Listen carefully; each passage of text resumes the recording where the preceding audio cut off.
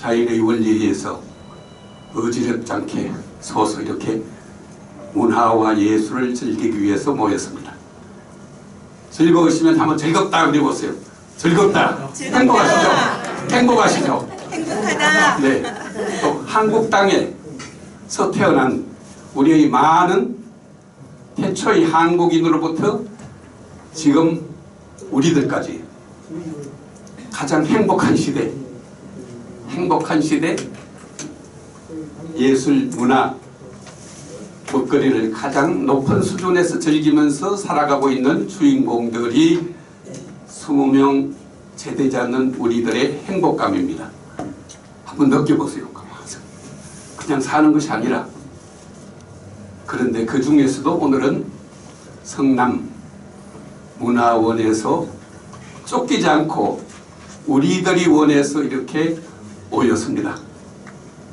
위대한 인연이요, 통쾌한 인연이요, 즐거운 인연입니다. 그렇죠? 맞습니다. 아이고, 위대한, 통쾌한, 상쾌한, 유쾌한까지 오늘 더해드리겠습니다. 오늘 이 강연 형식이 지금 제가 이제 연구원으로서 우리 교수님을 연구를 돕다가 이제부터는 강연을 같이 하게 됐습니다. 그래서 오늘 성남문화원이 복 받으신 날이고 개탄 날이십니다. 그래서 결국은 이 강연이라는 것도 강사와 청중이 하나가 되고 또 연구자와 또 연구원이 또 하나가 돼서 전부 다 즐기는 잔치가 돼야 강연 아니겠습니까? 그래서 삶의 즐거움 그리고 전하는 즐거움 이게 같이 어우러지는 세상이 돼야 진짜 좋은 세상인 것 같아요. 그래서 강연 형식을 좀 바꿔봤는데 오늘 즐거우시면 많이 호응해 주시기 바랍니다. 네. 저는 대구에서 태어나서 서울 연세대학에서 공부를 했습니다. 학부, 석사, 박사, 그 다음에 교수가 되고 명예교수까지 되고 지금은 명예교수회의 임원인 감사 역할을 맡고 있습니다.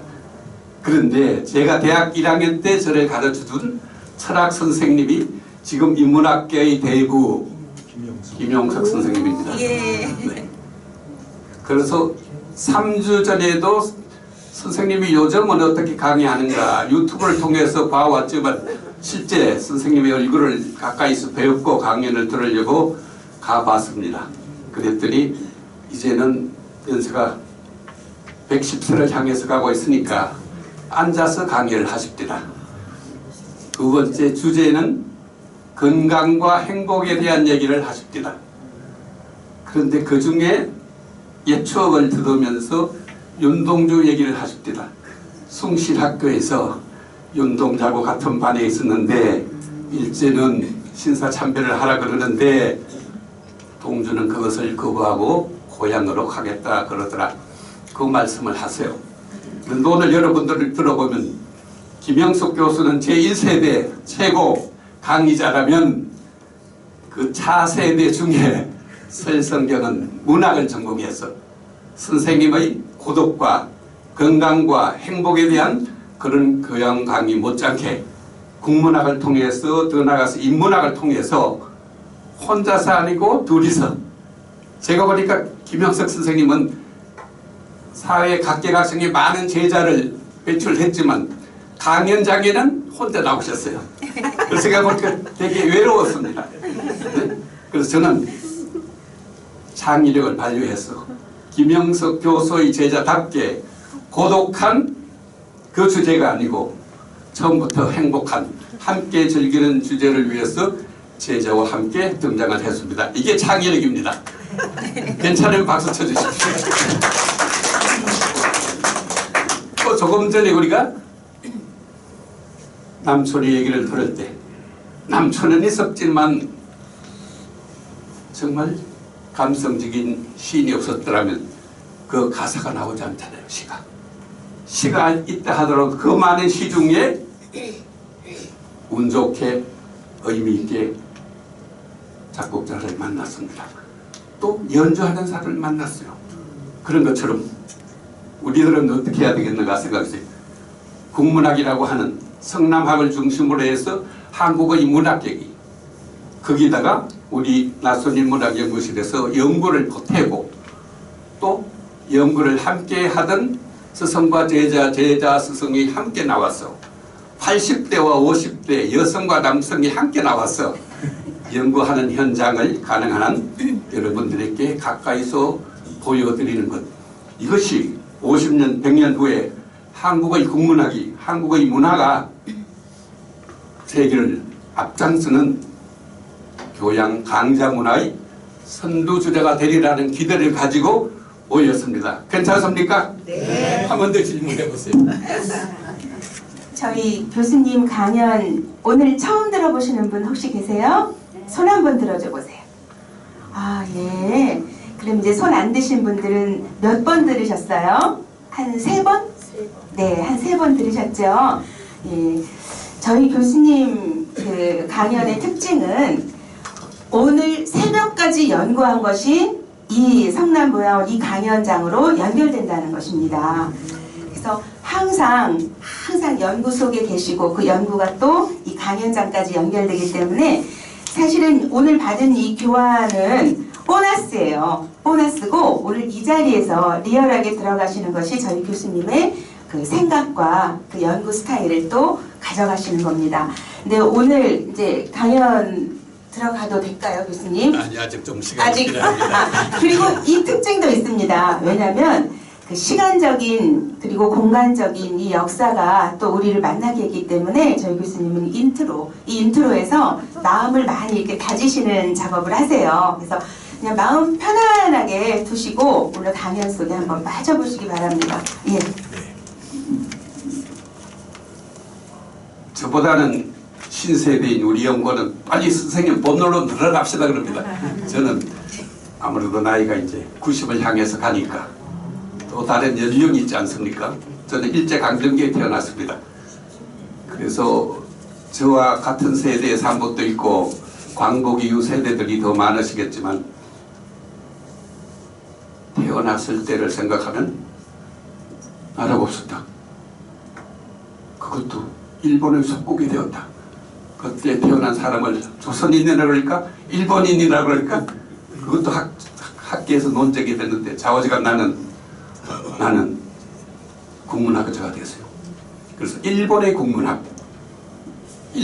국문학보다 한국의 국문학이 내 평생에는 결국 학술적으로 수준이 뒤지지 않는 나라야 되겠다는 생각을 가지고 가열차게 연구를 했습니다. 일본 학자들은 저를 연구를 하지 않았지만 저는 일본 학자들을, 유명한 일본 대학의 학자들을 많이 연구를 했고 책을, 논문을 통해서 연구를 했고 강의실에까지 동경대학, 메이지대학 등의 유명 교수의 강의실까지 어떤 수를 쓰서라도 가서 현장에서 보고 배우고 속속들이 알고 왔습니다. 그래서 일본에서는 가장 강조하는 것이 1000년 전에 이미 후궁의 도움 여인 무라사키 시키부라는 여인이 겐지 모노가타리라는 작품을 썼어요. 세계의 명작입니다. 1000년 전에 이미 일본은 겐지 모노가타리라는 세계적인 명작을 썼고 그 연구자들은 기천명이 됩니다. 이미 700년 동안 연구를 했으니까.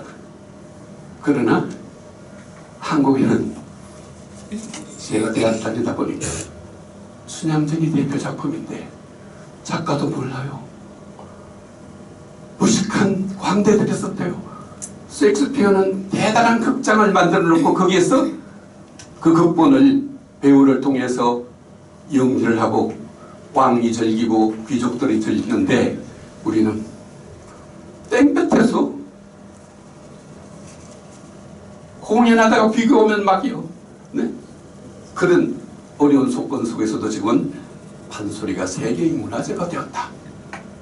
그래서 그 작가를 찾기 위해서 제가 일본 학자가 10시간 공부를 하면 저는 19시간을 하겠다는 그런 각오로 어제 오늘까지 연구를 해오고 있습니다. 이것이 진실인지 우리 연구원에게 한번 들어보겠습니다. 어제는 함양 경상남도 함양 아시죠? 혹시 함양이 고향이신 분이나 연고 계신 분 계세요? 지리산이 있는 곳이에요. 함양에서 최치원이 함양에서는 굉장히 존경받는 인물이세요. 그분이 조성한 상림이라는 뭐라 그럴까 그러니까 치수 방파제 방풍림 네 그게 굉장히 유명했는데요. 그 최치원 국제 학술 대회 네 한중미 해서 국제 학술 대회가 있었는데 거기에 이제 하루 종일 한양이 멀잖아요. 그래서 3시간 걸려서 가서 학회 참석하고 5시에 끝나서 또 3시간 올라왔습니다. 그 강행을 하고 또 새벽까지 연구해서 성남문화원에 왔으니 저희 교수님 어지간하시죠. 네, 그리고 방금 말씀하신 것처럼 연구에 대해서는 실증주의 학자 중에 대표자십니다. 그래서 현장 지향 그리고 단서, 근거, 자료가 있는 곳이면 어디라도 마다하지 않으세요.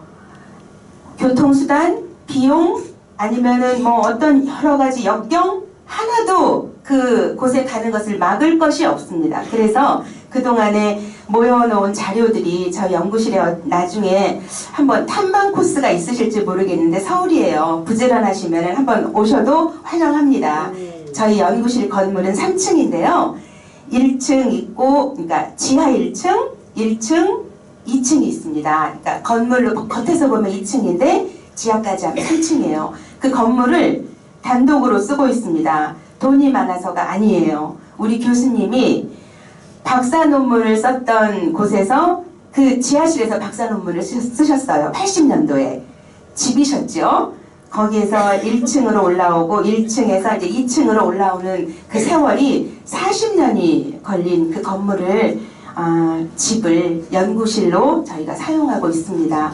그런데 정말 책상 2개에 저희 이제 교수님하고 저와 같이 연구를 하고 있는데 연구실 그림을 하나 그려드릴게요. 연구를 하고 있는데 그 책상 2개를 뺀 나머지는 모든 공간에 그동안에 평생 60여 년 동안 현장에서 모아온 것, 자료를 복사해온 것, 정말 비디오 테이프를 떠온 것, 사진을 떠온 것, 녹음을 해온 것 해서 자료가 정말 많습니다. 그래서 안동 MBC, 뭐 진주 MBC 이런 MBC에서 저희도 모르는데 저희 연구실을 녹화를 하러 왔었어요. 그래갖고 보고는 이 국보가 참 관리가 안 되고 하나하나 역사 속으로 사그러져 가고 있는 현장을 저희보다 더 마음 아파하고 있습니다. 왜냐하면 교수님은 가서 가져오셔야 되는데 거기에 많은 시간과 노력과 비용을 지불했잖아요. 그렇지만 보존까지는 어려웠어요. 그래서 그때 60년 전 자료들, 고서들, 한적들은 많이 사그러져 가고 있습니다. 그러나 그건 자료고 그 내용은 전부 다 어디에 들어있을까요? 그렇지요. 네. 그래서 저희 교수님은 또 굉장히 그 부분에서 스마트하세요. 돈으로 환산할 수 없는 저 많은 자료, 저 자료에 의존하다 보면은 저 자료와 함께 연구도 사그러져 갑니다. 그러나 그 모든 자료가 전부 다 우리 교수님의 머릿속에 들어와서 어마어마한 업적으로 다 나왔습니다.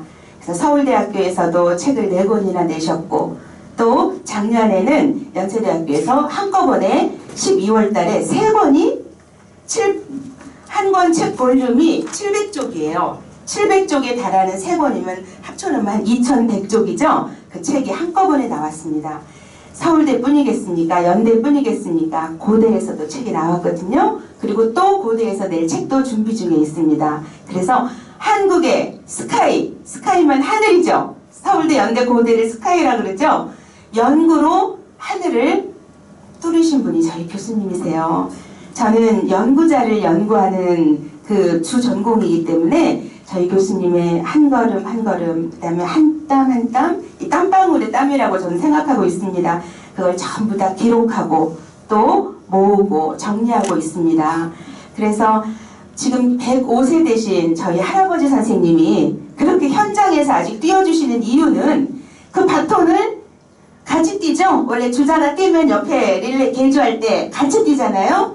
결국은 그 바톤을 저희 교수님이 받으실 걸로 저는 확신하고, 네. 아직도 열심히 띄워주시고 계십니다. 이제 이 성남에서부터 여세를 몰아주시면 그 바톤이, 근데 저는 또 개인적으로 우리 김영석 교수님이 더 올해가 그늘이 크잖아요. 넓잖아요. 계셔주시기 바라고, 또 우리 교수님 띄워주시기 바라고, 저도 옆에서 또 그 바톤 닿기 위해서 같이 뛰고, 이게 같은 세대, 연구 세대의 공존이라고도 생각합니다. 네. 예. 한마디는 더 보태고 본론으로 들어가겠습니다. 저는 나손 김동욱 교수님이라고 홍성 출신이고, 일제강점기에는 일본의 중앙대학에서 유학을 하고 미국에서는 광복국에서 서울대학에서 국어국문학을 하시고 연세대학교에 부임해 오셨어요. 제가 거기 선생님 밑에서 62년부터 석박사 학부를 쭉 공부를 했습니다. 선생님께서 국문학교의 그야말로 대부였셨는데 그 선생님 개인 연구 조교를 7년간 했어요. 개인 연구. 그래서 일본식 도제 교육을 철저히 받아서 제1세대 서울대학 출신 최고 국문학의 원로로부터 아주 제대로 훈련을 받아서 제가 독립학에서 지금에 이르렀습니다. 그래서 그런 전통을, 훌륭한 전통을 잇기 위하여 저는 또 차세대 디자인이었어요. 본디 연세대학의 가장 잘 나가는 디자인이었는데, 제가 그 위에 국문학을 하면 제가 연구해 놓은 걸 얼마나 디자인으로 표현해서 잘 전달하겠느냐. 내 목소리가 클클하고 느낄 때 더 낭낭한 목소리로, 소프라노의 목소리로, 앵커 아나운서의 목소리로 전하면 얼마나 좋겠느냐. 그것이 앞선 문학 강국보다, 프랑스, 독일, 일본, 중국보다 우리가 언젠가는 추월하는 방법이다. 일본, 영국, 프랑스에서는 노학자가 권위로 덤빈다면 우리는 그 생각을 그대로 알고 어제 저녁에 오늘 새벽에 지하철 오면서 연구한 결과를 나에게 어떻게 전해줬다는가를 기록으로 남기면서 전문으로 또 여러분들에게 직접 전하면 얼마나 좋겠느냐. 그것이 나손 인문학 연구실의 아이디어입니다. 저희 로고는 어떻게 되죠? 이따가 네. 본문에 들어가면 아마 한 번 노출이 될 텐데 눈썰미가 있으신 분들은 아마 그걸 발견하게 될 것 같습니다.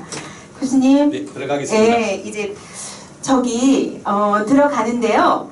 지금 받으신 교환은 옆으로 살짝 밀어놓으셔도 됩니다. 그리고 댁에 가져가셔서 오늘 강의를 반추하시면서 한번 읽어보시면은 그 복습용으로 쓰시고요. 지금은 공부 시간이 아니고 그냥 편안하게 듣는 시간. 인문학은 원래 즐기는 겁니다.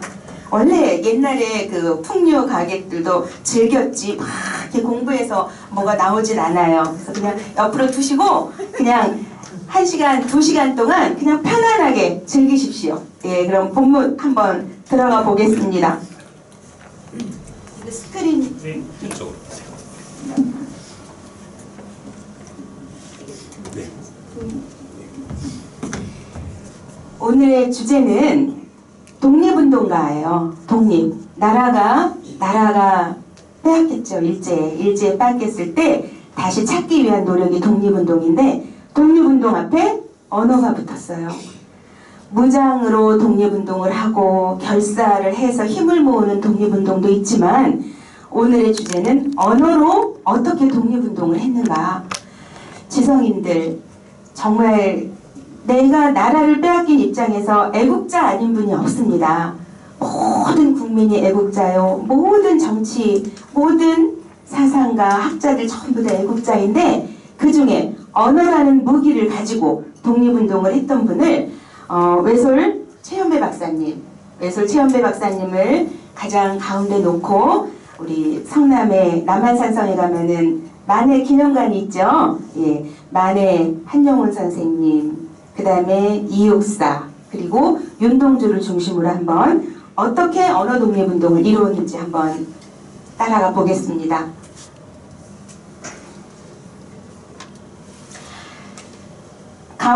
가장 가운데 구국과 저항, 나라를 구하고 일제에 수그리는 게 아니라 저항, 이 저항이 주제인데요. 여기 외솔 최연배 선생님, 사녀 박창희 선생님, 위당 정인보 선생님, 만해 한용운 선생님, 이육사, 윤동주 이렇게 여러 시인들. 오늘은 언어 독립운동이기 때문에 주로 문학으로 그 독립운동을 전개했던 분들을 한번 이렇게 네트워크로 어떤 이게 연결이 지금 다 돼요. 연결이 다 되고 있는데 어떻게 연결이 되는지 한번 자세히 들어가 보겠습니다. 들어가기 전에 뭐죠? 소개해 주세요. 네,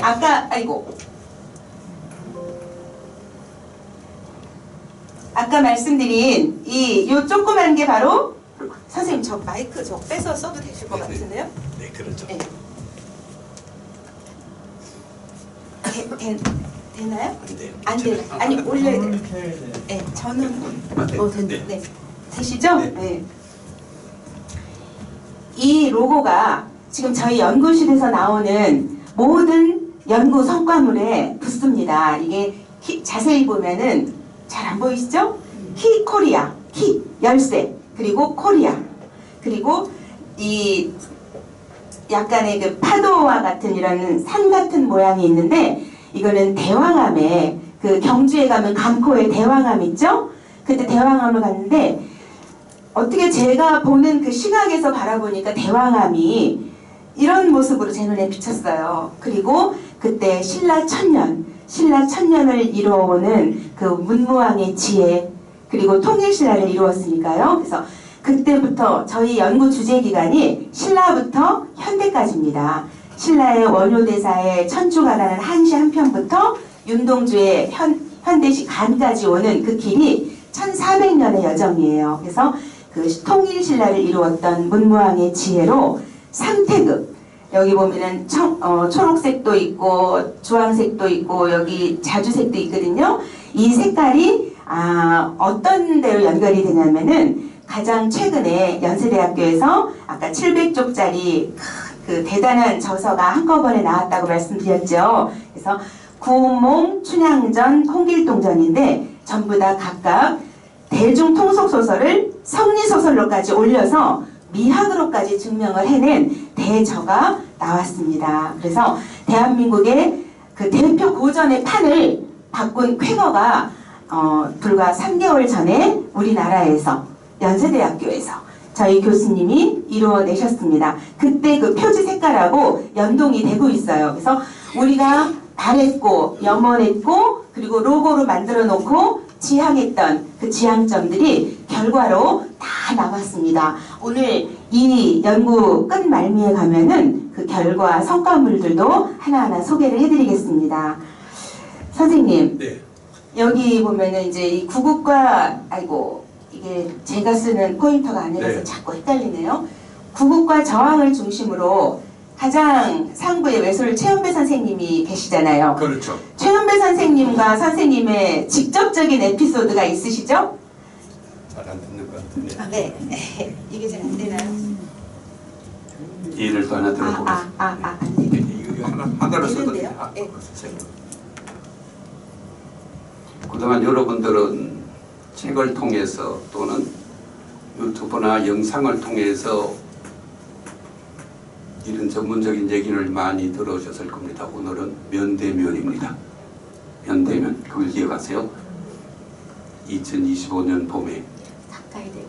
2025년 봄에 나선인문학연구실에서 새로운 발상의 선구적 강연을 할 때 나는 우리들은 주인공이었다. 그 1회 주인공이 굉장히 중요해요. 그런 것처럼 외솔 최연배 선생님이 훌륭하다는 얘기가 이제 나올 겁니다. 그런데 그 전에 저는 대학 3학년 때 군대를 갔다가 휴학을 하고 복학을 해보니 잊어버린 게 많은데 다른 경쟁자들은 계속 공부를 했기 때문에 나보다는 지적 훈련이 많이 되어 있어요. 그래서 한 1.5배 공부를 더 했어요, 시간을. 그랬더니 국어국문학과 전체 중에서 제가 2등을 했어요. 군대 가기 전에는 1등을 했습니다. 그랬더니 외솔 최연배 선생님께서 저에게 학교의 공식 장학금을 주셨기 때문에 마포구 대흥동에 고맙다는 인사를 드리러 갔습니다. 제 나이 또래가 예? 외솔 세연배 선생님 댁에 가서 인사드리고 면대면으로 대화하는 사람은 극히 없는데 저는 장학생이 됐으니까. 그랬더니 그때 선생님이 말씀하셨습니다. 앞으로 무엇을 하고 싶었냐. 그때 선생님이 국어학 전공이고 장학금을 주시니 국어학을 한다 했으면 참 미소가 밝았을 텐데 저는 고등학교 때부터 고전문학을 해서 나라를 들어 올리겠다는 각오를 가지고 왔기 때문에 제 본디 생각을 굽히지 않고 선생님 저는 고전문학을 해보고 싶습니다. 그랬더니 물끄러미 보시더니 그래 고전문학도 할 게 많지. 그래서 저는 그 훌륭한 애국자 최고 학자가 되게 설경 너는 고전문학을 통해서 이 나라 이 문학을 세계에 드러내게 하는 사명감을 가졌기 때문에 지금까지 했습니다. 그때 그 외솔 최연배 선생님은 연세대학교 부총장님이셨어요. 그죠? 네, 그랬어요. 네. 그리고 이제 외솔 그 밖에 대외 활동도 많이 하셨기 때문에 장학금을 학교에 기탁을 하고 예, 그러니까 2등 전체 2등에게 주는 외솔 그 장학금을 저희 교수님이 받으시고 예, 그렇게 해서 이제 대부분의 지금 국문학자라든가 어학자들은 현재 활동하는 분들은 외솔 최연배 선생님을 직접 보신 분이 거의 없으세요.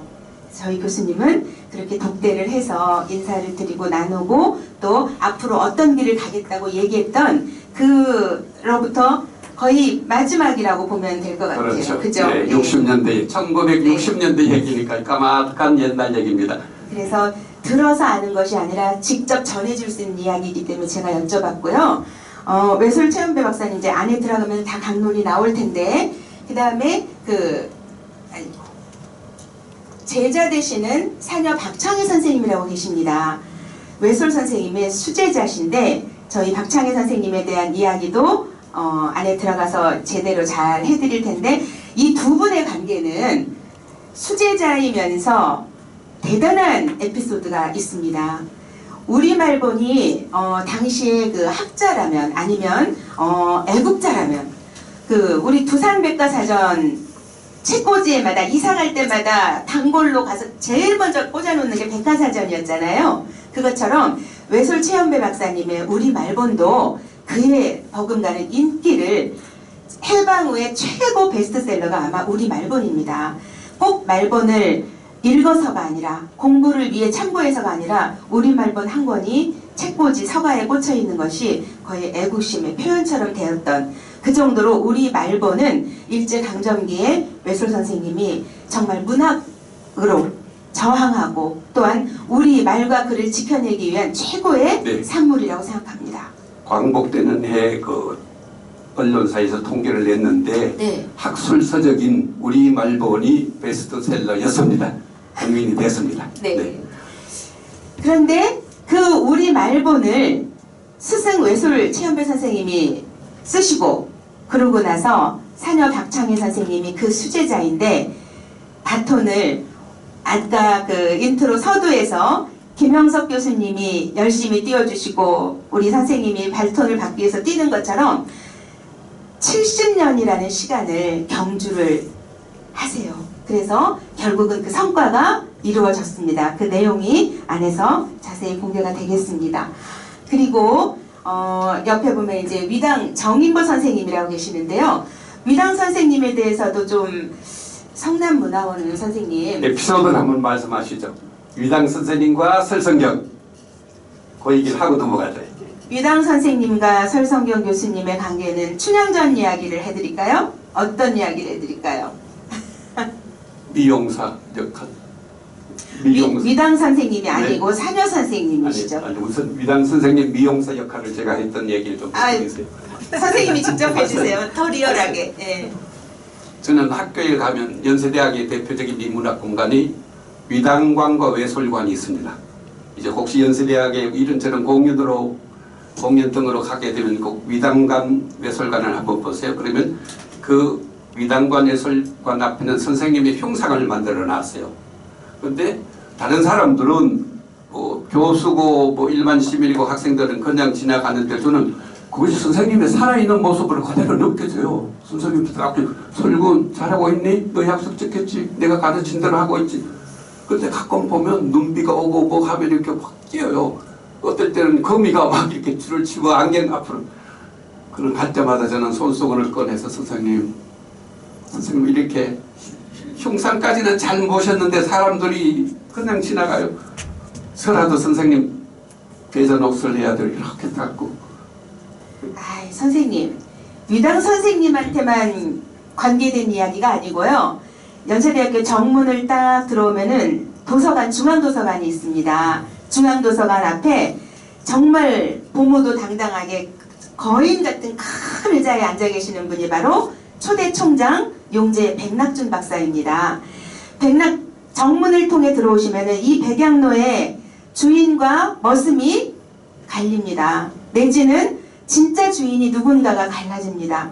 저희 교수님은 평생 연세대학교에 재직하면서 거의 주인처럼 또 때로는 머슴처럼 그 백낙준 박사님 얼굴상부터 시작해서 연세대학교에 다른 상은 없는데 국학자 상들만 세워놨어요.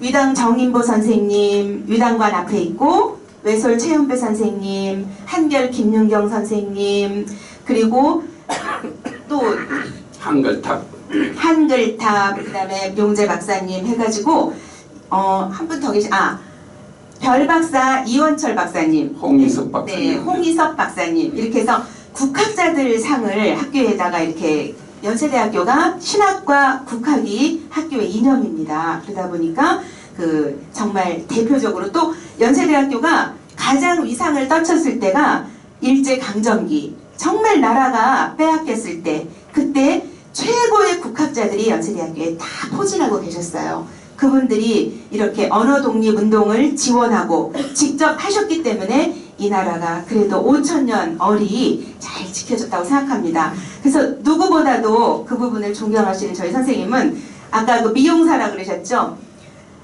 안경을 쓰신 선생님들은 안경 안에 거미줄이 이렇게 쳐 있으면 선생님 잘 안 보이시죠? 하고 수건으로 닦아드리고 비둘기가 여기다가 실내를 해놓으면 수건으로 비둘기 닦아드리고 그것을 평생 하셨는데 이제 겨우 한 작년인가부터 학교 차원에서 얼굴상, 동상을 관리하기 시작했습니다. 미용사 역할을 끝내게 됐습니다. 평생을 저희 선생님 혼자서 관리하셨다고 봐도 저는 옆에서 봤던 실제 목격했던 사람이기 때문에 자신 있게 얘기할 수 있습니다. 자, 또 들어가겠습니다. 네. 그러면 이제 여기 왼솔 선생님, 이당 선생님, 사녀 박창혜 선생님 그리고 또 한 분 윤동주까지가 연세대학교를 배경으로 하고 있습니다. 많지요. 그리고 만해 한용운 선생님 그리고 이육사 이 시인들은 연세대학교 배경은 아니지만 일제강점기의 언어 독립운동으로 저희가 이 걸쭉한 이 작품들을 통해서 연결이 되고 있습니다. 만해 선생님에 대해서 이제 말씀을 조금 더 보태겠습니다. 이 강좌는 성남학과 관계된 강좌입니다. 그런데 오늘 강의가 성남학과 무슨 관계가 있느냐 이렇게 생각하면 오늘 강의를 안 들어보신 분이 남한산성에 가면 만해 선생님을 기리는 전국에 몇 군데가 있지만 가장 짜임새 있고 질이 있는 만해 기념관이 있습니다. 그 관장님이 신구대학에서 올해 교수 활동을 하고 정리를 한 다음에 남한산성 아주 전망이 좋은 자리에 만해 기념관을 만들었습니다. 이 전보삼 관장은 평생 만해를 주전공으로 연구하신 대단한 학자십니다. 그래서 그 만해 연구 성과를 본인이 평생 연구한 성과를 채곡채곡 잘 보존하고 이것을 어디에 기념관을 만들까 고민하셨어요. 그래서 내가 평생 봉직한 성남 신구대학과 가까운 그리고 역사적인 고통과 광복의 기쁨을 함께 누릴 수 있는 남한산성에 위치하면 좋겠다. 이런 결심을 해서 세운 것입니다. 혹시 오가는 길에 가보시고 그냥 보시지 마시고 그 전보삼 교수가 제가 한양대학 교수로 있을 때 저를 교수님 하셨어요. 위치가 그런 관계입니다. 그래서 저는 훌륭한 한양대학에서 공부를 하고 신구대학에서 연구활동을 하고 그 만의 정신을 경기도 성남에서 세워야 되겠다, 기려야 되겠다 하는 그런 결과가 있습니다. 그래서 만의 선생님과 성남은, 경기도는 이런 깊은 관계가 있다, 그렇게 생각하시면 됩니다. 그런 배경을 가지고 또 앞으로 설명을 해드리겠습니다. 계속해 주세요. 그래서 또 그러셨네. 넘어가 버리세요. 3.1 운동, 온 국민이 얼마 전에 3.1절이 지나갔죠. 오늘 이 언어 독립 운동에 대해서 이렇게 포커스를 맞추면 이 3.1 운동을 뺄 수가 없고, 또 나아가서 결과적으로 이루었던 8.15. 그래서 오늘 시작은 3.1 운동이요, 끝은 8.15 광복절입니다. 저 끝은 우리가 이 정신적인 광복, 우리 스스로 가슴 속에 있는 아직도 뭔가 소극적이고 아직도 남에게 피해주는 우리의 은행과 삶이 있다면 그것을 씻어버리고 내 스스로의 마음의 광복, 이웃의 광복, 우리 민족과 세계인의 그 순수를 향한 민주, 자유, 평화를 사랑하는 태초에 인간으로 태어날 때 가졌던 그 광복을 향해 가는 마음을 가다듬는 그런 오늘 강의가 되었으면 좋겠습니다. 네. 한 슬라이드 넘어가는데 오래 걸리죠? 이해가 빨리 갑니다. 걱정하지 마십시오. 네. 외솔 선생님이 이제 요지에 있으니까 네. 읽어보시면 되는데 1894년에 태어나셔서 1970년 꽤 오래 살아주셨어요. 왜냐하면 그 사이에 광복이 있었고 또 윤동주 시인이 죽고 만해 한용운 선생님, 이육사, 윤동주가 1944년에 광복을 못 보고 다 돌아가셨습니다. 그런 선생님들을 그래도 스승이 오래 버텨주시면서 기려주신 그런 정말 사제 동행이라는 그것이 참 와닿는 그런 넘어가시죠. 길입니다. 네. 그리고 이제 윤동주는 1917년에서 태어나서 1944년에 돌아가셨고 만해 한용운 선생님은 1879년에 태어나셔서 역시 1944년에 돌아가셨고 이육사도 1904년에 태어나서 1944년에 돌아가셨고 그래서 오늘 이제 주제는 언어 독립 운동을 성남학으로 연결해 보는 건데 남한산성이 우리 가까이 있는데 그곳이 병자호란의 무대였으며 또한 그 아까 전보삼 원장님이 만해 기념관을 남한산성에 세운 이유 그리고 그것이 우리 성남에 있는 이유 그리고 성남학의 어떤 그 문학으로서의 확장과 향수 그 공간까지 한번 확장성을 가져보겠습니다. 이분이 외솔 최연배 선생님이에요. 한글날 노래 잘 아시죠? 여러분 한글날 노래를 지으신 분인데 이 한글날 노래 안에 이 최연배 선생님의 정신이 그대로 담겨 있습니다. 음악 MR이 있으면 한번 같이 불러보면 좋겠는데 없으니까 우리 예전에는 학교에서 많이 불렀잖아요. 그죠? 그런데 이제 요즘은 잘 안 부르죠? 그럼 한번 우리가 가사를 다 같이 한번 1절 한번 같이 읽어볼까요? 시작! 강산도 빼어났다 배달의 나라 긴 역사 오랜 전통 지녀온 별에 거룩한 세종대왕 한글 표시니 새 세상 밝혀주는 해가 돋았네. 한글은 우리 자랑 문화의 터전 이 글로 이 나라의 힘을 기르자. 2절 볼수록 아름다운 스물 넉자는 그 속에 모든 이치 갖추어 있고 누구나 쉬려오며 쓰기 편하니 세 개의 글자 중에 으뜸이도다. 한글은 우리 자랑 민주의 근본 이 글로 이 나라의 힘을 기르자. 한결의 한마음으로 한데 뭉치어 힘차게 일어나는 건설의 일꾼 바른 길 환한 길로 달려나가자. 희망이 앞에 있다 한글 나라에 한글은 우리 자랑 생활의 무기 이 글로 이 나라의 힘을 기르자. 가사가 가슴에 와닿죠.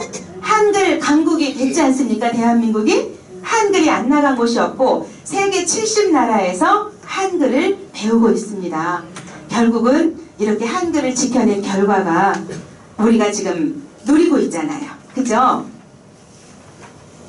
다음, 네. 네, 이분은 바로 안경을 쓰셨다는 공통점이 있고 두 분이 조금 비슷한데 저는 위당 선생님하고 오늘 또 뒤에 또 나오겠지만 만해 선생님하고 우리 저기 우리 윤종준 관장님하고 너무 닮지 않았습니까? 제가 이 사진을 고르면서 참 많이 닮았다. 이따가 인연이 깊으신 것 같습니다. 인연이 정말 깊으신 것 같습니다. 그리고 조금 전에 한글날 노래 지으신 외설 선생님과 위당 선생님은 같은 연세대학교 문과 동료 교수로 계시면서 참 가까이 지내면서 서로 위로하고 격려하고 그 어려운 고통 속에서도 나라를 위해서 민족운동을 역사 쪽에서 문학 쪽에서 하신 분입니다. 예, 우리가 외설 선생님이 한글날 노래를 지어주신 것을 우리가 가슴 뜨겁게 한번 읊어봤는데요. 그렇다면 개천절 노래를 하늘이 열리고 나라가 개국한 이 개천절 노래를 지으신 분이 바로 위당 정인보 선생님입니다. 이것도 같이 한번 네. 우리 읽어볼까요? 같이? 네, 같이 보겠습니다. 오늘 아니면 네. 읽을 시간이 네. 없어요. 네, 시작! 우리가 물이라면 새알이 있고 우리가 나무라면 뿌리가 있다. 이 나라 하나님은 당군이시니 이 나라 하나님은 당군이시니 백두산 높은 터에 부자요 부부 성령의 자치 따라 하늘이 탔다. 이날이 10월 상달의 조사월이니 이날이 10월 상달의 조사월이니 오래다 멀다 해도 줄기는 하나 다시 필 단목 잎에 삼천리 곱다. 잘 받아 빛내오리라 맹세하노니 잘 받아 빛내오리라 맹세하노니. 시조 시인이라서 고어투를 많이 쓰셨죠. 외솔 선생님은 한글 학자라서 한글로 쉽게 쓰셨고 이런 특징이 조금 보입니다. 그런데 이 위당 선생님이 지은 노래가 또 있습니다. 뒤에 또 있죠. 3.1절 노래도 위당 선생님이 지으셨습니다. 이 3.1절 노래도 같이 한번 읽어볼까요? 이건 노래를 한번 불러보겠죠. 노래로 한번 불러볼까요? 박자 없이 될까요? 네. 시작. 기년 4월 1일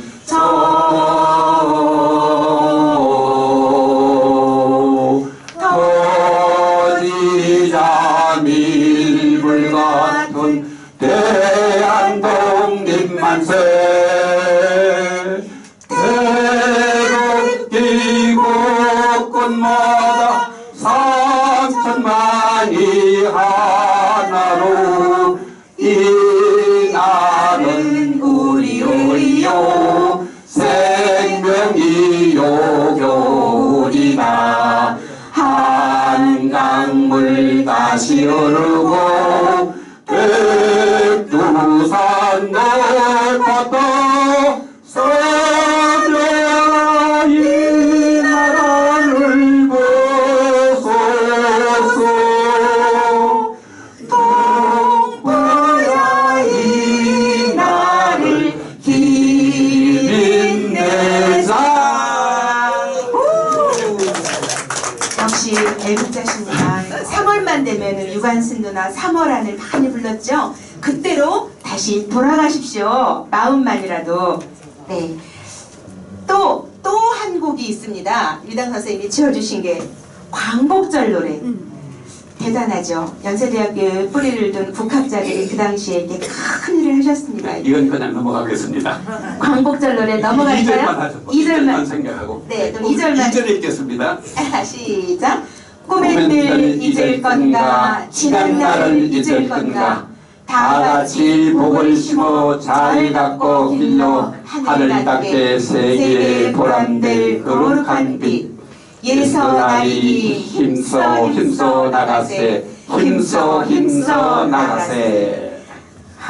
오늘 저희가 3.1절 노래, 광복절 노래, 개천절 노래, 그 다음에 한글날 노래 이런 걸 다 지으신 분의 제자가 와서 여러분들에게 이렇게 맛있는 문화의 상을 차려드립니다. 즐기십시오. 네. 다시 많이 불리워졌으면 좋겠습니다. 이 가사에 오늘 주제가 다 담겨 있지 않습니까? 열 마디 말보다 이 지었던 것들을 우리가 다시 음미하는 시간이 아마 최고 좋은 강의 같습니다. 자, 이제 만해 선생님 얼굴을 한번 보세요. 윤 관장님. 나와보세요. 잠깐 네, 앞으로 좀 나와보세요. 나와보세요. 진짜 나와보세요. 나와보세요. 자, 사진 찍는 시간이십니다. 네. 정말 저는 너무 놀랐습니다. 이 사진이 바뀌었나. 가운데 보시고 여러분 올라오세요. 저기 누가 사진 한 장 잘 찍어서 문화원 홈페이지에 올려주시고 이 만해 선생님 얼굴이 나와야죠 같이 이렇게. 네. 자, 사진 한 장 찍어주세요. 쳐가지고 네. 관장님 얼굴에 네, 저 지금 네, 이렇게 더 이쪽으로 조금 더 아직 좀 좋아요. 이쪽으로 보세요. 저리 보세요. 저쪽을 봐주세요. 이쪽으로 해야지. 네. 정신을 이어게 맞으시죠? 네. 네, 고맙습니다. 한 말씀 해주세요. 아니 제 친구들이 그만해 하고 있습니다. 그만해, 그만해 그만해. 아, 이만해, 그만해, 대만해. 한만해. 훌륭하신 분입니다.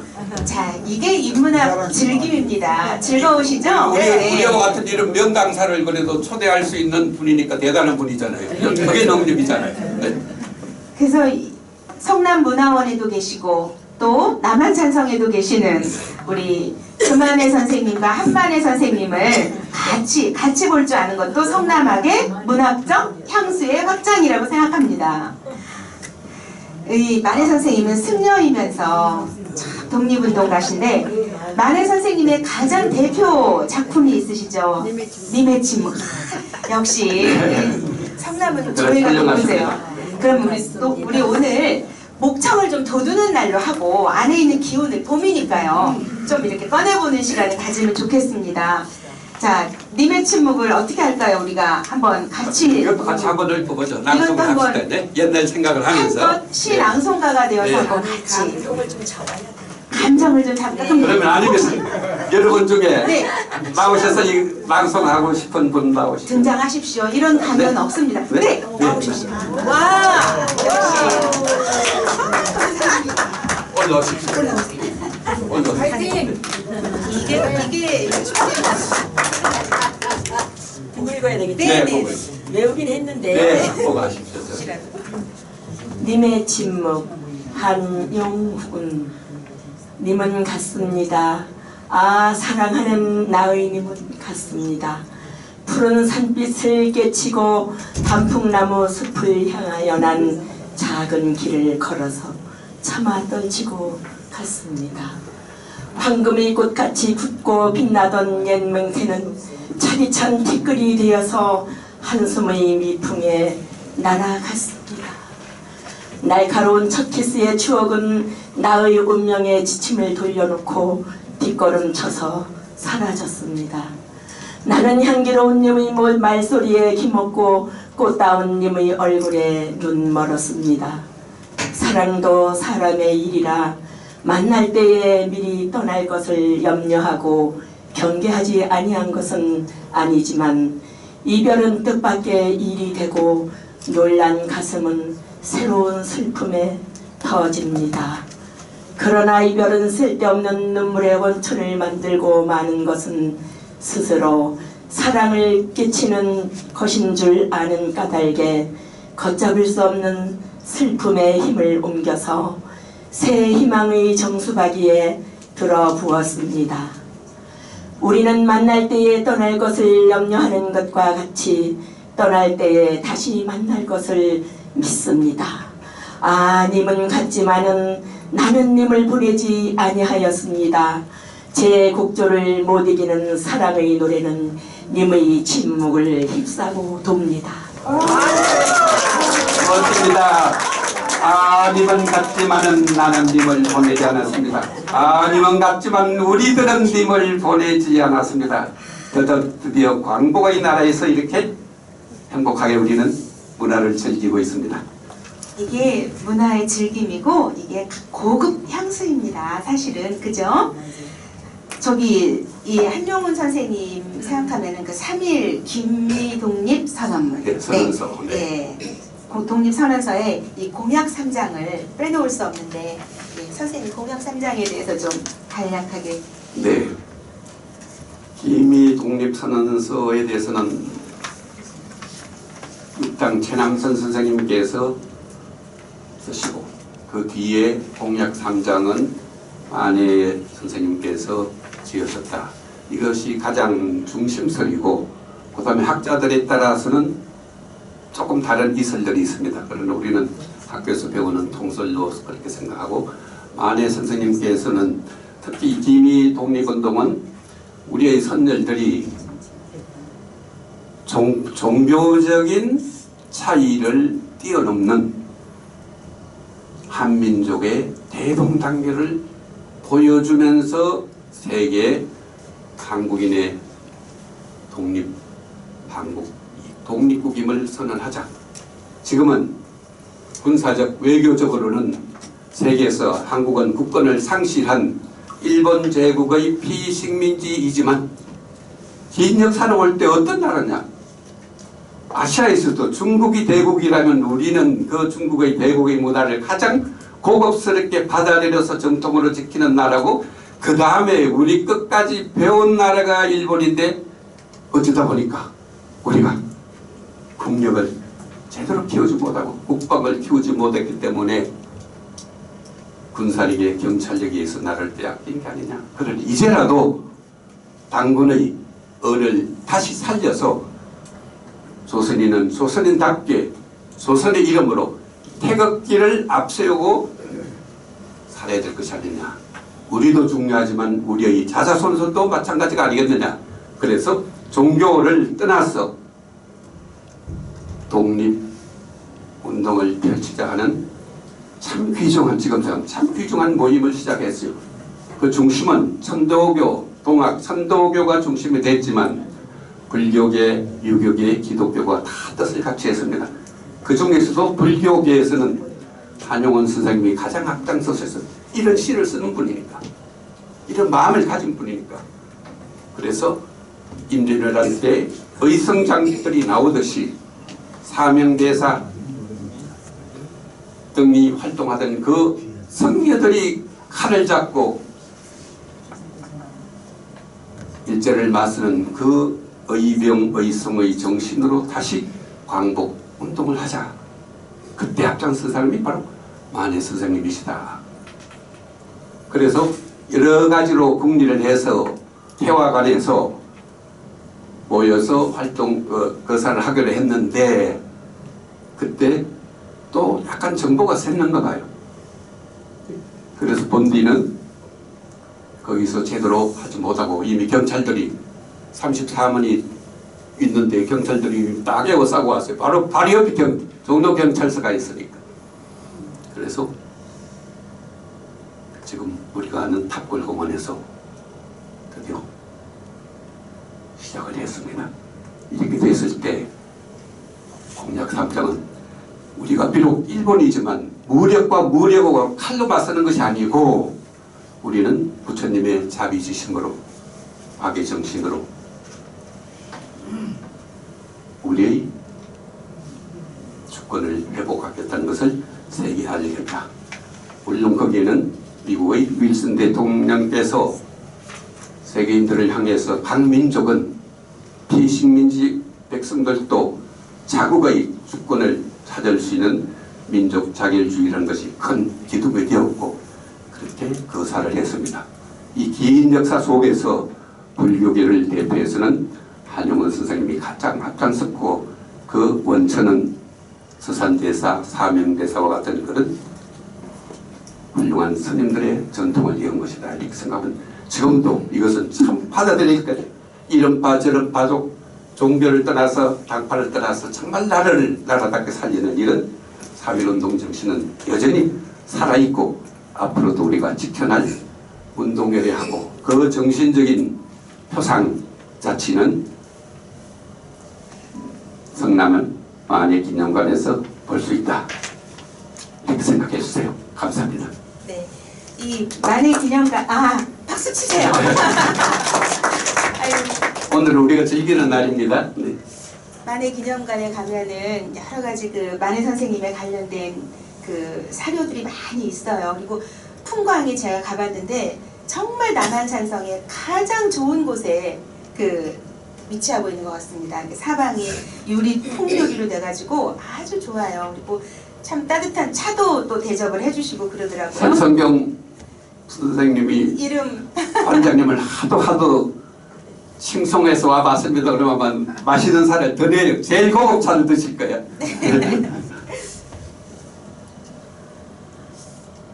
네, 두 번째. 그 오늘 공통점이 많은데 안경을 많이 쓰셨어요. 그것도 그 당시에 유행하던 안경이 동그란 안경이었나 봐요. 예, 이육사 선생님 1904년에 태어나서 1944년. 자, 1944년이 주는 의미가 저에게는 또 각별해서 제가 자꾸 이 연도를 얘기하는가 봅니다.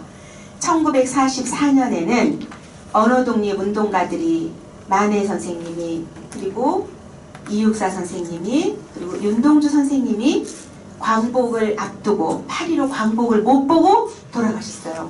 그런데 그 1944년이 저에게 아주 큰 의미가 있는 해입니다. 1944년 1월 19일에 119죠? 제가 태어났습니다. 네. 육사 선생님이 윤동주 시인이 목숨을 걸고 나를 구하고 순국했듯이 그 기운을 저는 받고 태어났기 때문에 그 기운을 받아서 영권에서 여러분들께 바칩니다. 육사 선생님, 동주 선생님의 정신이 그대로 가고 있습니다. 받으십시오. 네. 그래서 제가 오늘 이 주제를 준비를 하면서 언어독립운동가로 이 훌륭한 시인들이 문인들이 작품을 남겨주셨고 그 작품을 연구하는 우리 연구자 우리 설성경 교수님도 같은 연구 독립운동가시다. 왠지 아세요? 일제강점기에 문학 연구가 시작이 됐습니다. 그러다 보니까 국어가 아니죠. 조선어죠. 그리고 국어를 연구하는 것이 모든 체제나 시스템이 일제강점기다 보니까 경성제국대학, 지금의 서울대학 전신입니다. 그쪽 위주로 일본 학자들 위주로 국문학 연구가 되니까 좋은 건 가리고 꼭 해야 될 것은 파묻고 그런 연구 풍토가 암암리에 조성이 돼 있던 시절입니다. 그 시절에 국문학 연구에 6.2학번으로 연세대학교에 오셔서 해방을 1년 앞두고 태어난 나라가 없던 시절에 태어났다고 꼭 말씀하세요. 나는 1944년 해방 전에 태어났기 때문에 나도 독립운동에 일조를 해야 된다라는 그 각오로 문학 독립운동, 문화 독립운동을 항상 정신의 기저에 가지고 연구하신 연구자십니다. 그래서 그 강점기 때 연구되어서 가려져 있고 은폐되어 있고 내지는 정말 꼭 학자들이 풀어야 될 문제들을 하나하나 풀어가신 것이 바로 1400년까지 주제를 확장하는 저희의 단초가 되었습니다. 그래서 사실은 춘향전 연구로 1호 박사를 받으셨어요. 연세대학교에서 문학 1호 박사, 연세대학교 문학 1호 박사, 고전 현대 통합 1호 박사. 그런데 그 주제를 무엇으로 받았냐? 춘향전으로 받으셨어요. 자, 춘향전 하면 어떤 작품입니까? 거기서 잠깐 네. 우리 모두 제가 1호 박사를 받았고 2호 박사가 여러분들도 잘 아는데 불행하게도 스스로 생명을 결단한 마광수 교수입니다. 해석하십시오. 재밌어 하시는데 조금만 더 해주세요. 네. 10분간 쉬시고 10분 쉬고 할까요? 네, 그러면 알겠습니다. 2부 때는 마광수 교수 이야기부터 하겠습니다. 네. 자, 아직 다 안 들어오셨죠? 네, 시작하시죠. 네. 네.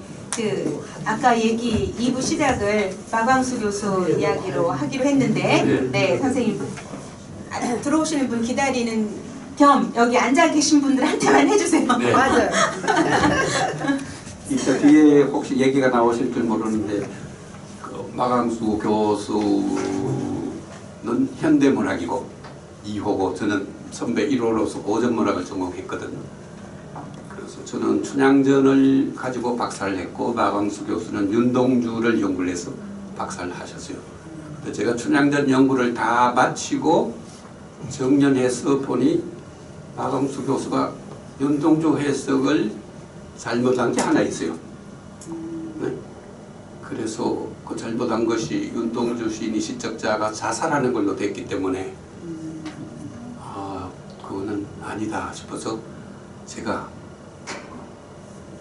연구를 해서 그 13줄짜리 시 한 편을 3권의 책을 가지고 증명을 해내고 네, 동경에 가서 한국 시인협회의 회원들과 함께 저녁에 우리 후배 시인이 해석을 잘못한 것을 내가 선배로서 대신 사과한다.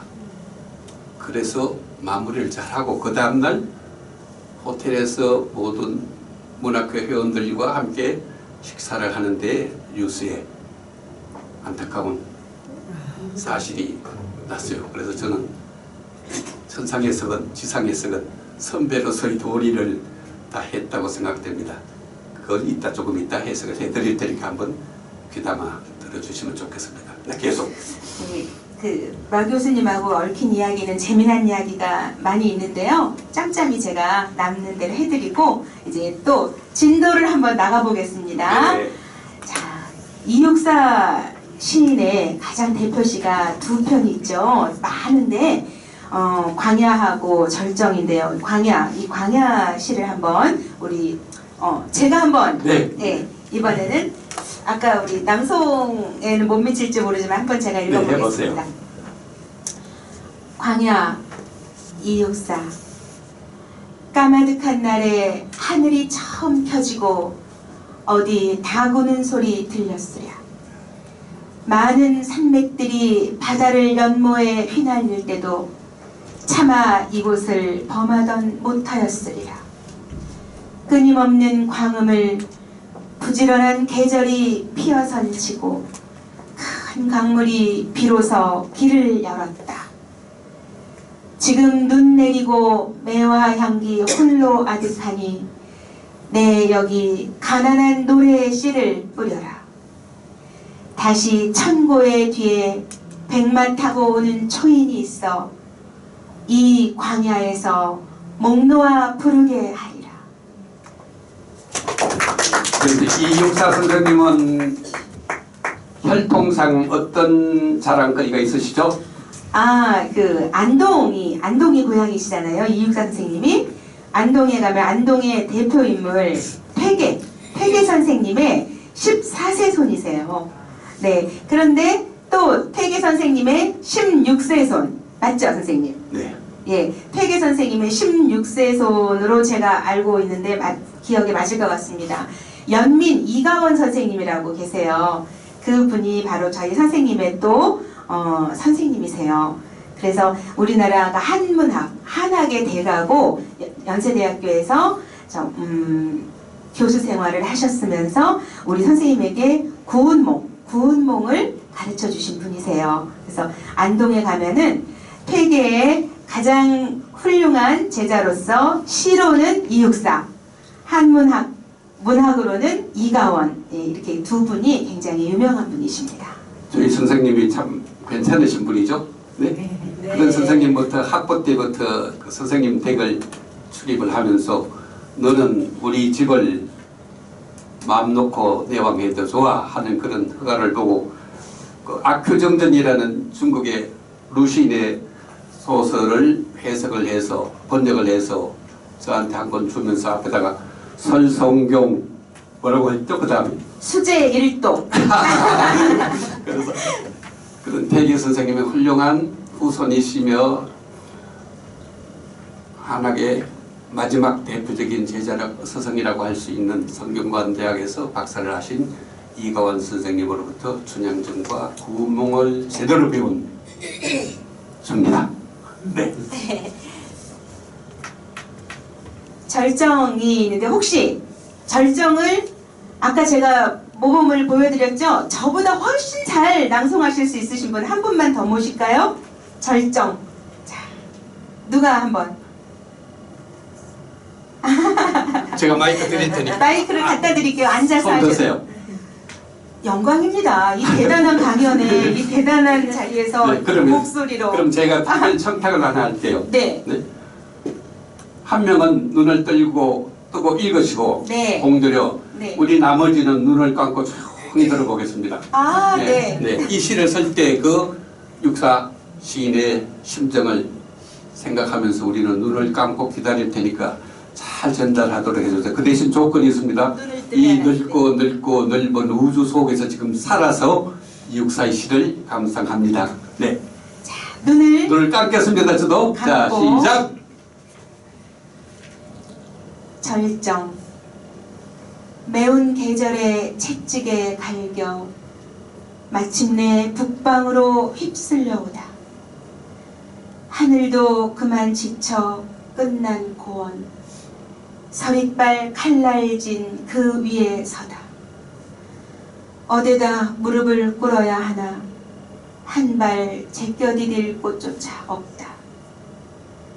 이러매 눈 감아 생각해볼 밖에 겨울은 강철로 된 무지갠가 보다.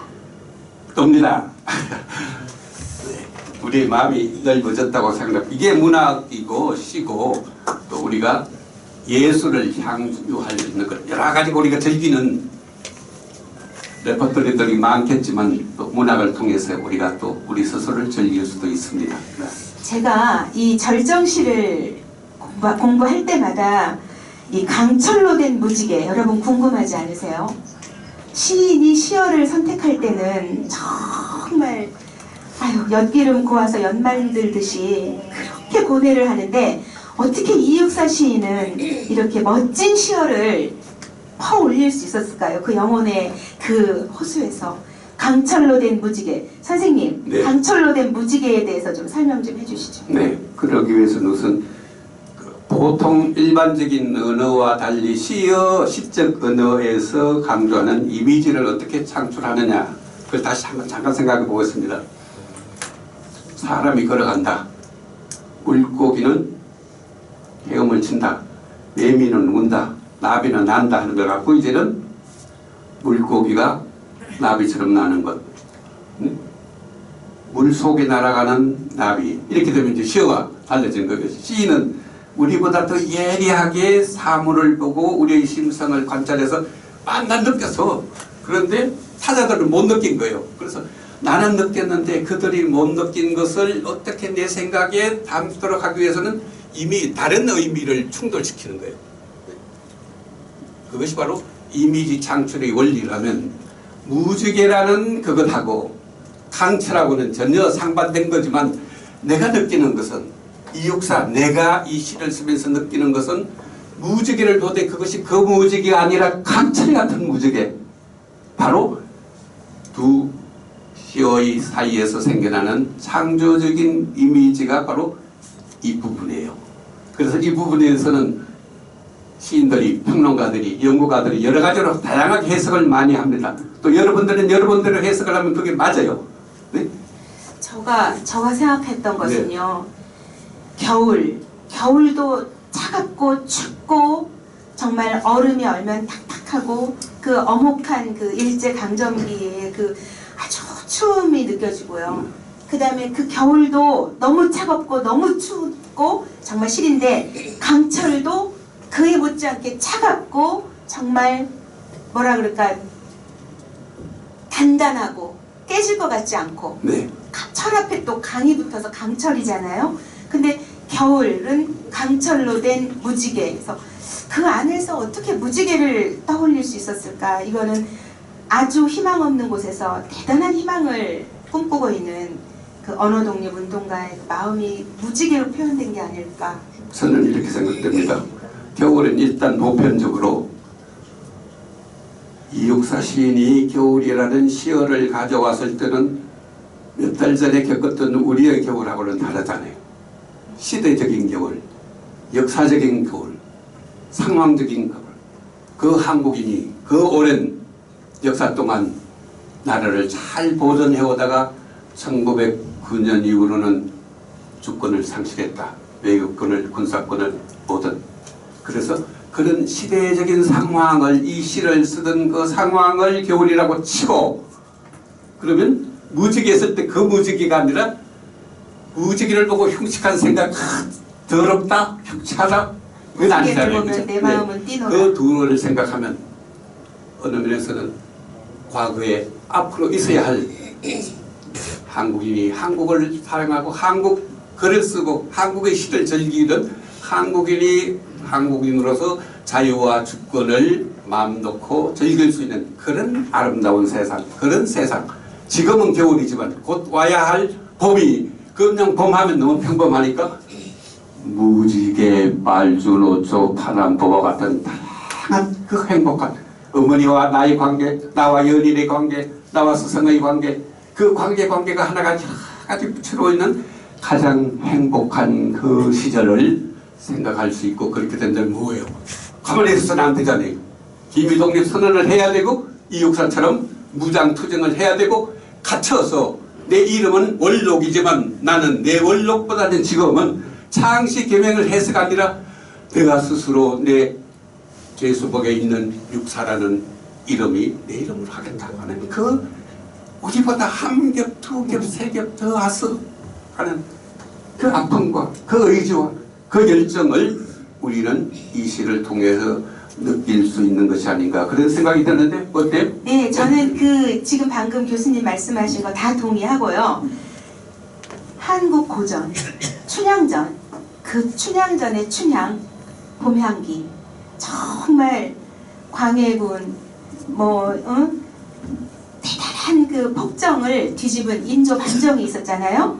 그 인조 반정이 오면서 다시 그 어목한 겨울이 가고 봄이 오는 봄향기 저는 그 춘향전이 떠올랐습니다. 저희 교수님 주종목이니까. 거기다가 내가 한번 더 나갈게요. 우리는 네.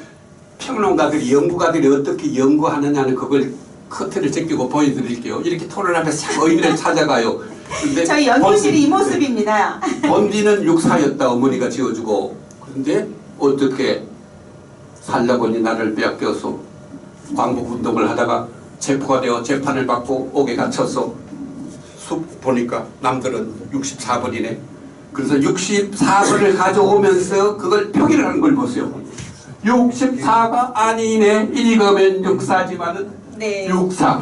조선의 역사. 아까 위당이 얘기하는 5천년 조선의 을을 염대할 때 그걸 읽고 야 그런 대단한 우리가 어떻게 내부의 안에서 우리끼리 싸우고 우리끼리 당파선을 가지고 같은 서성의 제자인데 한 사람은 온건 반 사람은 야 이래서 동서남북이 되고 임금과 신하고 다투고 조그만 이것 욕망을 위해서 명예를 위해서 재물을 위해서 그 공자 명자 선생님이 가르쳐준 것 그 주자 선생님이 가르쳐준 당군이 물려받은 순수한 우리의 양심과 도심의 순수함을 창조주가 하나님이 우리에게 준 것 부처님이 우리 마음에 있다고 하는 그런 불심을 놓쳤구나 하는 조선의 역사를 되돌아보는 한 감옥에 갇힌 애국 시인의 모습일 수 있다 이런 생각이 나거든요. 자꾸 이게 이 연구를 옆에서 좀 보여드리는 거예요. 네. 그래서 둘이 스스로 맞다 하면 글을 쓰는 거예요. 이런 식으로 토론이 연구가 되는 연구실이 저희 연구실의 모습입니다. 방금 교환에 없는 연구를 한 겁니다. 자, 드디어 이제 오늘 주제 최고 위에 계셨던 외솔 선생님이 이제 이렇게 중간에 등장하십니다. 외솔 최연배 선생님은 한글이 목숨이다. 네, 한글이 목숨. 정말 목숨처럼 한글. 그래서 한글 전용 운동을 하신 분이에요. 한문, 중국 글자 완전히 빼자. 그래서 한글 전용을 주장하셨는데 사실 현실적으로 지금은 한글 혼용이 더 많이 되고 있는 상황이지만 외솔 선생님이 한글 전용을 할 때는 굉장히 주체적인 입장에서 그 운동을 펼치셨습니다. 언어 독립 운동이죠. 중국으로부터 독립하고 언어로부터도 독립하고 또 일본으로부터도 우리의 그 정신적인 독립을 이 외솔 선생님은 직접 모든 저술물에서 우리말본, 그 다음에 한글의 바른 길, 한글갈 이런 식으로 계속해서 저술물들을 어마어마한 저술물들을 많이 내셨습니다. 1937년에 네. 이 두 책이 동시에 나옵니다. 네. 이 우리말보는 연세대학교 출판부 최초 1호 작품이에요. 연세대학교가 출판부를 내면서 일본 작품이 우리말본이고 이 한글의 바른 길은 한글학회에서 그 해에 낸 책입니다. 그래서 이 두 책이 동시에 나오는데요. 이 우리말본이 나오고 조금 아꼈다가 뒤에 가서 같이 설명해 드릴게요. 우리말본이 1937년에 나왔습니다. 기억해 두세요. 이분이 바로 아까 제가 말씀드렸던 사녀 박창혜 선생님이에요. 옆에 혹시 이 책으로 공부해 보신 분은 안 계시죠? 이 자리에. 바둑이와 철수 1학년 1학기 국어책. 예, 드디어. 네. 바둑이와 네. 철수. 이 책을 만드신 분이세요. 이리와 네. 바둑아 놀자. 이 바둑이와 철수 때부터 문장이 등장합니다. 바둑아 이리와 나하고 놀자. 이 전에는 가가, 거겨, 네. 고교, 구교, 네. 단어 중심, 그 다음에 그냥 한글의 나열 중심의 국어책이었어요. 그런데 국어 교본이었죠, 그때. 그러나 이때부터 정식 교과서가 처음 문교부에서 1학년 1학기. 네, 만들어진 책이고 이분이 바로 사녀 박창희 선생님인데 저희 선생님의 최고 선생님을 아끼셨던 선생님의 선생님이십니다. 1916년 윤동주가 1917년에 태어나세요. 윤동주보다 한 살 많으세요. 그것도 같은 북간도 용정 출신이세요. 그리고 김영석 교수님도 그러시고요. 그래서 이 지금 살아계신 김영석 교수님 그리고 돌아가신 2010년에 돌아가셨기 때문에 벌써 15년이 되셨네요. 돌아가신 지 15년. 아마 같이 달려주셔도 좋았을 법했는데 좀 빨리 돌아가신 것 같아요. 김현석 교수를 만난 것은 동정에서 태어나서 공부를 하다가 네. 평양 숭실학교를 가서 숭실학교에서. 숭실학교에서 만났어요. 예. 그래서 그 박창희 선생님하고는 언진에서 만나고 연희전문에서 만나고. 예. 그래서 그 윤동주 시인이 연희전문에 올 수 있는 가장 어떤 뭐라 그럴까 동기부여를 하신 분이 바로 사녀 박창희 선생님이에요. 그래서 어떻게 가르쳤을까요? 내 선생님 외솔 최연배 선생님은 한글로 문학을 가르치시고 한글로 어학을 가르치고 한글을 가르치시는 대단한 한글을 목숨으로 여기는 대단한 학자셔.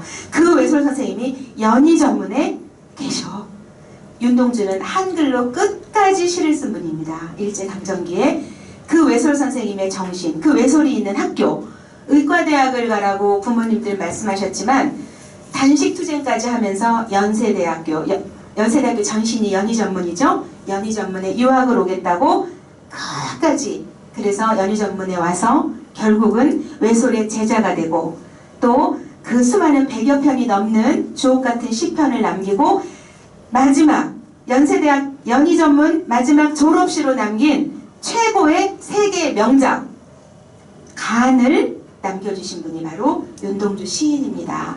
그리고 이 사녀 박창희 선생님에 대한 부분을 조금만 더 얘기를 해드리면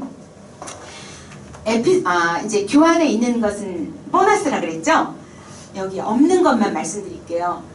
박창희 선생님은 저희 교수님을 어떻게 지도하셨냐면 제가 6.2학번이 아니고 저는 24년 뒤이기 때문에 박창희 선생님이 직접 가르치시는 건 뵌 적이 없어요. 그러나 제가 감동받았던 부분이 있습니다. 선생님이 구운몽의 통시적 연구를 책을 내셨어요. 구운몽 연구인가요? 네, 구운몽의 통시적 연구 맞죠. 구운몽의 통시적 연구를 내서 선생님께 이제 한 권을 증정해드렸거든요. 그랬는데 잘 받으셨어요. 거기다 이제 박창희 선생님께 제자 설성경 드리면서 구운몽 연구를 정말 대단히 심도 있게 해가지고 선생님한테 드렸는데 그 책을 제목부터 목차부터 첫 페이지 머릿말부터 끝까지 정독을 하시는데요. 밑줄을 그어가시면서 정독을 하시고 거기에다가 줄을 계속 다세요. 이 부분 대단히 훌륭해. 이 부분은 조금 더 생각해봐. 이 부분은 정말 다음에 저쪽 뒤에 한 30여 페이지 뒷페이지랑 연결인 것 같아. 이런 식으로 제자가 만들어서 출간해서 드린 그 책을 받으셔서 거기다가 계속 줄을 달아서 다시 제자에게 주시는 분이세요. 그러니까 사제간의 어떤 그 끈끈한 그 잠깐. 가르침. 네. 제 자랑거리를 하나 빠뜨렸어요. 외설 선생님이 가장 아끼는 수제자. 아까 우리 말문을 할 때 그때는 일본어로 가리방이라 그랬잖아요. 이걸 획돼서 여기 굳은 살이 생긴 그 제자 박창희 선생님. 저는 그 제자인데 제가 선생님으로부터 공부를 잘 배웠으니까 구조주의 공부를 많이 배웠어요. 그래서 열심히 구문을 연구해서 책을 정정했더니 선생님께서 읽으시면 지금처럼 읽었는데 100여 페이지에 가서 연필로 원더풀 점점. 그 원더풀 얘기 아까 했는데요. 잘했다 이렇게 했잖아요. 아니 잘했다고 원더풀이라고 영어로 원더풀이라고 옆에서 쓰고 점점 느낌이 다르잖아요. 네, 맞습니다. 한글 전용을 쓰시는 외솔 선생님의 수제자 박창희 선생님이 정말 원더풀이라고 썼어요. 영어로 썼나요? 영어지. 영어로 썼잖아요. 그죠? 영어로 원더풀이라고 써놨습니다. 느낌표까지. 제가 다시는 안 빠뜨리겠습니다.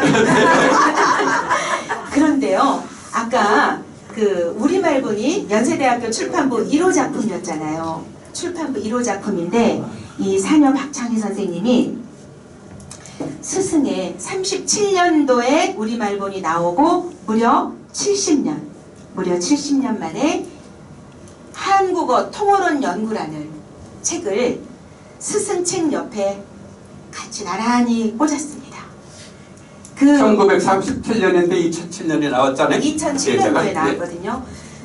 37년도 우리말본을 그때 우리말본 한국의 문법이고 한국의 어학 교과서라면 세계화시켜낸 그 작업을 수제자로서 우리 교수님께서 춘향전을 세계화시키고 구운몽을 세계화시키고 홍길동전을 세계화시키겠다. 내가 그리고 춘향전의 작가 없음 시대를 끝내겠다. 이 학통은요, 이 집안의 이 학통은요, 뭔가 스승에 대해서 그 스승의 그 뿌리 위에서 꽃을 피워내는 것을 목표로 하고 그게 7년, 17년, 27년, 37년, 70년까지도 그 연구 목표를 가지고 끝까지 연구하는 학통입니다. 그래서 결국은 현대 한국어 통어론 연구해서 이 책의 가장 중요한 부분이 뭐냐면은 뒤에 가면은 1500쪽이에요. 저희 교수님 700쪽 해서 2100쪽이죠.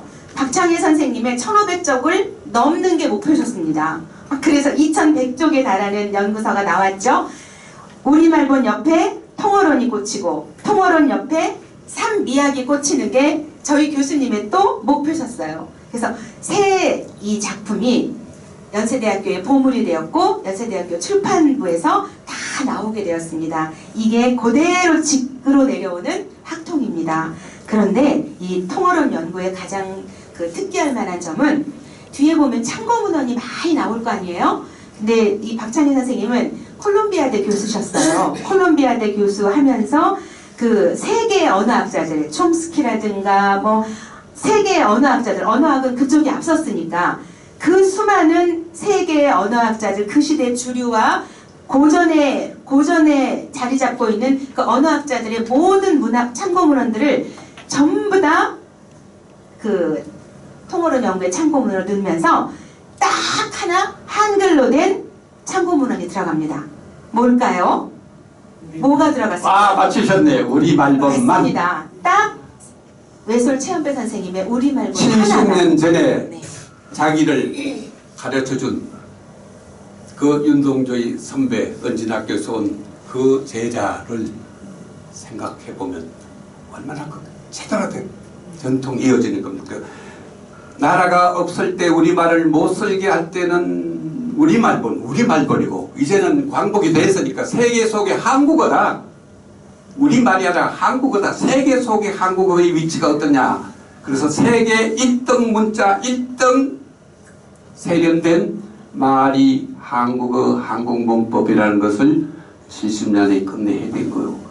그걸 보고 그 제자는 다시 그 손제자는 와 문학도 세계 1등이에요. 그래서 홍길동전의 야성미, 춘향전의 감성미, 구몽의 지성리 춘향전은 작가도 몰라하는 것을 작가를 찾고 그 작품의 위대함을 드러내서 그 세 명작은 세계의 고전임이 분명하다는 것을 해낸 것이 있는데 저보다 더 유명한 분이 한 분 있어요.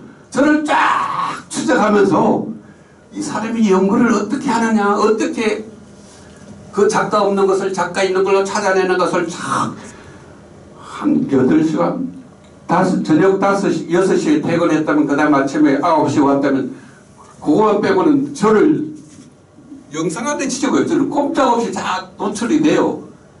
이렇게 한 연구자가 어떻게 연구해서 한 나라의 문학 후진국일 수도 있는 나라에서 선진국으로 가느냐는 걸 쫙 추적을 하는데 그 증거를 하나 보세요. 최원배 선생, 박창림 선생, 설성경의 수제자가 되면서 박창희 선생님이 이 책을 내는데 이 표지의 디자이너가 누구의 작품일까요? 아, 맞습니다. 맞췄습니다. 네. 한국 있고 세계가 차 있다는. 네. 이 표지가 굉장히 묘한 인연이죠. 네?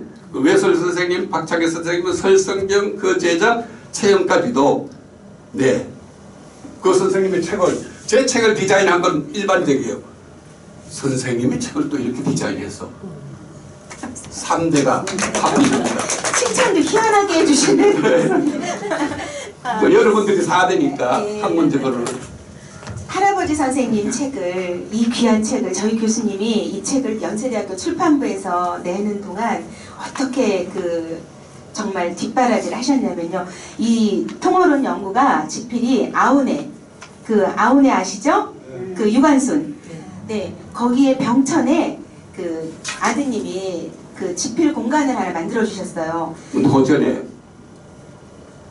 박창희 선생님께서는 기왕이면 정신이 있는 그런 선열들이 활동하던 공간에서 하고 싶다. 쭉 다니다 보니까 병천이 유관순의 병천이 가장 좋은 거예요. 그래서 오늘 주제하고 네, 거기서 연구를 하고 싶다더니 박은성이라는 자제분이에요. 아주 훌륭한 지휘자인데 한국 최고 지휘자인데 그 박은성 안양대학 교수가 아버님 제가 공간을 마련해 드리겠습니다 해서 땅을 사서 집을 지어서 아버님 열심히 연구를 하십시오. 외솔 선생님의 수제자가 아닙니까? 그래서 그 병천에서 유관성과 같은 그 지역에서 집필한 것이 이 책이고 이 표지고 우리들이 공유하는 것입니다. 이렇게까지 아는 것은 여러분밖에 없어요. 네. 선생님 이렇게 시간이 막 빨리 지나가는데요. 제가 좀 빨리 진행을 하겠습니다. 하세요. 네. 그래서 이 통으론 연구 뒤에 제일 긴 3페이지에 달하는 감사의 글이 있어요. 거기에 이 빨간색으로 네모 표시한 게 저희 교수님 성함입니다. 이 3페이지에 감사의 글을 쓰면서 얼마나 감사했는지 설성경 교수, 설교수, 설성경 교수, 설교수, 설성경 교수 해갖고 5번을 감사의 글에 노출해 주셨어요. 근데 사실은 6번인데 한 번 지웠습니다. 저희 선생님이 너무 미안해서. 친구들한테 질투를 받아요. 선생님 고맙습니다. 사녀 선생님. 드디어 선생님. 자, 그 사녀 박창희 선생님이 외솔 선생님이 길러낸 대단한 문학의 수제자, 어학의 수제자면 문학의 수제자가 바로 윤동주 시인입니다. 이 윤동주 시인은 시집이 하늘과 바람과 별과 시, 이 어린 시인이 29회밖에 살지 않았던 이 청년 시인이 유고 시집으로 나옵니다. 예, 유고집으로 나오는데 너무 잘생겼죠? 윤동주 시집을 누가 출판해 주셨을까요? 누가 출판해 주셨을까요? 사제동의 힌트. 외솔 선생님께서 정엄사라는 출판사를 만드셔서 그 아드님이 사장을 하는 거기서 내고 이런 표지로 사제지간의 관계가 참 이렇게 깊습니다. 그 대단한 은하학자 독립운동가와 외솔 선생님의 정신이 윤동주로 이렇게 이어지고 아까 제가 1944년 2월 16일이 윤동주 시인이 돌아가신 날이에요. 그러니까 8.15의 해방이니까 다 광복을 6개월 앞두고 돌아가셨죠. 그때 외솔 선생님 살아계셨고 그 외솔 선생님이 길러낸 문학 수제자 윤동주 시집을 정음사에서 내주시면서 그 출간된 그 시집 출판하는 날 엄청 오셨답니다. 그 보셨죠, 선생님? 네, 선생님께서 진짜 네. 독립운동은 이렇게 하는 거야, 이렇게 하는 거야 해서 문학을 통해서 문학 독립운동을 하고 저항시 광복시를 수라해서 썼는데 결국은 일본에 가서도 민족운동을 하다가 일본 경찰에 체포되어 재판을 받고 후쿠오카 감옥소에 있다가 이상한 주사를 받고 생체 실험의 대상이 돼서 돌아가셨는데 그 제작의 얘기를 광복한 이후에 제자들과 함께 시집을 내는데 선생님께서 만들었는데 이름도 한글 맞죠? 정음사 정음 한글이야죠. 네. 그랬을 때 안 보이는데. 네, 뒷면에 아, 넘어갑니다. 여기는 윤동주 시집이에요. 이 사진을 걸어놓고 추모를 하는데 그 선생님이 내가 조금 운동 조금 적게 하라 그랬으면 살았을 텐데 내 말을 너무 믿고 따라서 순국한 시인이 됐으니 참 눈물이 나죠. 피눈물이 나죠. 그런 장면을 저희들은 생각하면서 외선 선생을 생각하면서 윤동주 시인을 생각하면서 윤동주를 연구하는 거예요. 그래서 객관적으로 나는 국문학자고 평론가니까 윤동주 시를 연구한다는 이 객관적 타자가 아니라 같은 한 몸이 돼서 같은 공간에서 같이 공부를 한 그 선배이신 24년 살아계셨다면 나에게 박두진 선생이 아닌 윤동주 시인이 윤동주 교수가 나를 가르쳐줬을 텐데 이런 생각을 하면 연구가 깊어질 수밖에 없는 거죠. 네. 또 시가 감동될 수밖에 없는 거죠. 계속. 그래서 외솔 선생님이 윤동주 시인에게 정신으로 물려준 것은 말과 글은 우리의 어리다. 근데 앞에 기억나시는 분 한글은 목숨이다. 외솔 선생님 그랬죠? 윤동주 시인에게는 또 말과 글은 우리의 어리다. 이런 어록을 남겨주셨고 어학 수업을 들었는데 외솔 선생님은 윤동주에게 100점을 주고 윤동주는 외솔 선생님한테 100점을 받고 어떻게 문학 어학 수업에 100점이 있을 수 있겠습니까? 네, 성적표를 아까 현장 실증적 학자라고 말씀하셨죠? 학적부 다 찾아가지고 윤동주 시인의 그 외솔 선생님 수업 38년 1학기 점수를 다 찾으셨어요. 실제 성적표도 나중에 공개해 드리겠습니다. 외설 선생님 평생에 100점을 준 유일한 학기에 3명한테 100점을 주는데 윤동주가 들어가 있습니다. 네. 자, 남산에 가면은 외솔 선생님의 이게 추모 기념비가 있습니다. 그리고 해마다 3월 23일이 외솔 선생님 기일이에요. 그때 가족들, 그 다음에 학자들, 제자들, 문인들 중심으로 추모 행사를 하는데 여기 요 고개 살짝 숙인 게 저고요. 여기 또 계신 분이 저희 교수님이에요. 어떻게 또 이런 사진을 보여드리지?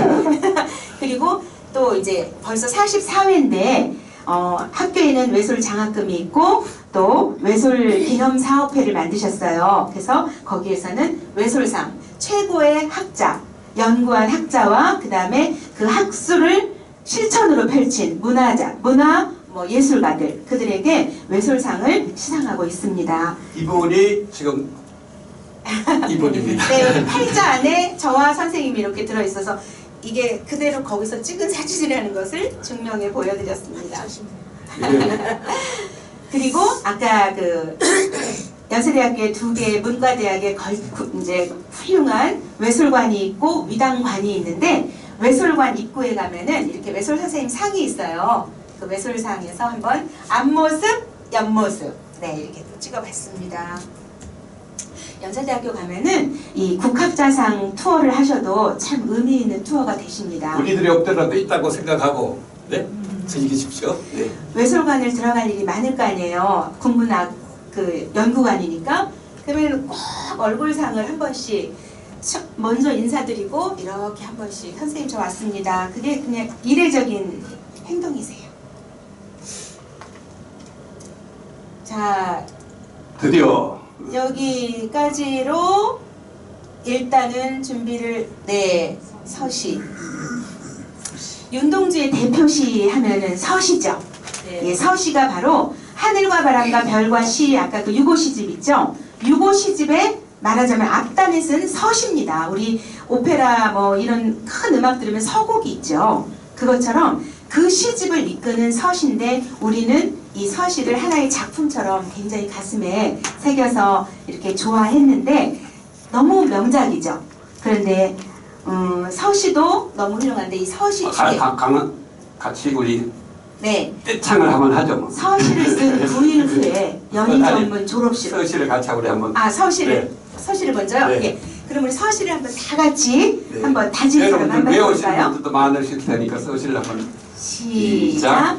죽는 날까지 하늘을 우러러 한 점 부끄러움이 없기를 잎새 이는 바람에도 나는 괴로워했다. 별을 노래하는 마음으로 모든 죽어가는 것을 사랑해야지. 그리고 나한테 주어진 길을 걸어가야겠다. 오늘 밤에도 별이 바람에 스치운다. 그것을 지은 날이 41년 11월 20일입니다. 네. 그로부터 9일 후에 이 간을 써주셨어요. 이 간이 바야흐로 윤동주가 세우시로도 대단한 시인인데 세계에 내놓는 세계로 가는 대단한 시입니다. 이 시 연구하신 분이 저희 교수님이시고요. 이 간도 한번 우리 다 같이 날짜를 먼저 한번 보시고요. 아까 20일이었죠? 서시가 9일 후에 29일에 썼습니다. 네, 29일에 딱 서시 쓴 9일 후에요. 자, 그러면 우리가 대표로 먼저 한번 낭송을 해드리죠. 남녀 혼성. 네. 남성 대표라고 생각하세요. 여성 대표고. 그런데 아까 서시하고 간하고가 9일 차인데 색깔이 다르거든요. 나오세요. 같이 선생님 아시잖아요. 한번더 나오고. 네. 우리는 함께 얘기하는 자와 저는 목소리가 네. 커요. 가운데 오세요. 가운데. 아, 저는 못 알아보니까 보시고 네, 여기를 보시고. 거기서 하시고 여기서 네 같이 여기서. 그러면 여기서 보시고 네. 하시고 네, 네, 우리는. 저는 외울게요. 이제 여러분들도 같이 합니다. 시작. 간 간 바닷가 햇빛 바른 바위 위에 습한 간을 펴서 말리우자. 코카사스 산중에서 도맹해온 토끼처럼 둘레를 빙빙 돌려 간을 지키자. 내가 오래 기르던 여인 독수리야 와서 뜯어먹어라 시dom없이. 너는 살찌고 나는 여유해야지. 그러나 거북이야 다시는 용궁의 유혹에 안 떨어진다.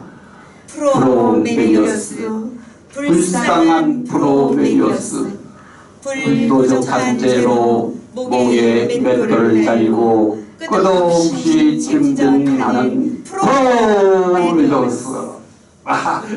고맙습니다. 서시하고는 너무나 다르죠. 네? 아주 달라요. 이 시가 세계적인 시인데 국민들이 잘 몰라요. 누가 가르쳤을까요? 누가 안 가르쳤을까요? 왜 안 가르쳤을까요? 그 얘기를 지금부터 하겠습니다. 이 오늘 주제가 언어독립운동이죠. 언어독립운동의 꽃입니다. 꽃이면서 간입니다. 그 당시에 윤동주가 시집에 시인이 시를 쓸 때 한 글자 제목은 흔하지 않습니다. 그런데 그 흔하지 않은 그 어떤 제목을 갖다 놔도 이 제목만큼 강렬하지 않기 때문에 간이라는 제목을 쓴 것 같습니다. 이 간은 말이요, 글이요, 어립니다. 그죠? 외솔 선생님이 가르쳐 주셨던. 그래서 이 간이 정말 저항시에 꽂히면서 최고의 저항시인 이유는 다른 저항시들은 그 당시에 내면적인 아니면 소극적인, 그런데 이 간은 공격적인 저항시예요. 마지막 세 줄에 이 세 줄에 나와 있는 프로메디어스, 불쌍한 프로메디어스, 불도적한 죄로 목에 맷돌을 달고 끝없이 침전하는 프로메디어스. 바꾸어서 우리가 한번 읽읍시다. 네. 다시 읽겠습니다. 해석을 해서 우리 연구팀의 해석에 의해서 이걸 읽어보세요. 일제. 불쌍한 여기서부터. 네, 시작. 일제, 불쌍한 일제, 불도적한 조선을 도적한 죄로 목에 맷돌을 달고 끝없이 침전하는 일제. 일본 제국. 광복시가 맞잖아요. 네? 광복했잖아요. 일본을 굴복시켜서 서시가 한영원의 네. 님은 지금 님은 같습니다. 사랑하는 님은 같습니다. 아니면 이 역사에 가서는 일본으로부터 우리가 벗어나기 위해서는 광복을 하기 위해서는 겨울은 강철로 된 무지개인가 뭐가 하는데 드디어 강철이 된 무지개가 되어서 윤동주는 일본을 영원한 바다 속으로 빠뜨리는 사탕과 같은 그러다 일본인 전체가 아니라 일본을 제국주로 이끄는 그 군인들 그거 지칭한 거예요. 이 세 줄을 받는 앞에서 이끄는 결론이 바로 다시는 용궁의 유혹에 안 떨어진다. 일본에 다시는 안 당한다. 다시는 내 나라에 예, 안 그 얘기를 한 거예요. 대단한 토끼가 광복시에 살아나와서 자기 간을 독수리에게 바쳐버려요. 어떻게 용궁에 잡혀간 토끼가 살아나올 수 있습니까? 조선이 일제에 잡혔는데 어떻게 독립할 수 있습니까? 독립했잖아요. 예언했잖아요. 독립했죠? 독립을 6개월 앞두고 윤동주는 독립을 못 받지만 분명히 1941년 11월 29일에 독립을 예언하고 또 일본이 패망할 걸 예언합니다. 자, 진주만 폭격이 1호부터 9일 후에 또 일어납니다. 12월 7일. 윤동주는 안 거예요. 그래서 미국이 히로시마에다가 원자폭탄을 투하해서 일본 제국주의 망했고 8월 15일에 광복이 됐죠. 굉장한 예언시고 굉장한 공격적 저항시입니다. 한국에 이런 시가 있었습니다. 안 가르쳤어요. 우리가 몰고 있어요. 누가 책임이에요? 학자들이 책임이지. 네, 그 뒤에 가면은 연구사가 하나 나오는데 한번 보세요. 자, 간의 원문입니다. 저희 교수님은 실증주의. 그래서 간의 원문을 보면은 뒤에 보세요. 프로메디어스. 불쌍한 프로메디어스. 근데 여기에 보면은 드로 할까 디로 할까 분명히 탈고 흔적이 있습니다. 여기도 마찬가지입니다. 그리고 불도적한 죄로 목에 맷돌을 달고 끝없이 침전하는 프로메드어스. 요 세 줄에서 전체가 13줄밖에 안 되는데 요 세 줄에서 윤동주 시인이 외솔로부터 어학점수 100점 맞은 제자예요. 100점. 100점 맞은 제자가 프로메디어스로 했다가 프로메디어스로 할까 메디어스로 할까 하다가 메디어스로 했다가 또 마지막에는 프로메드어스로 했어요. 어떻게 이렇게 왔다 갔다 할 수가 있겠습니까? 굉장히 고민한 흔적인데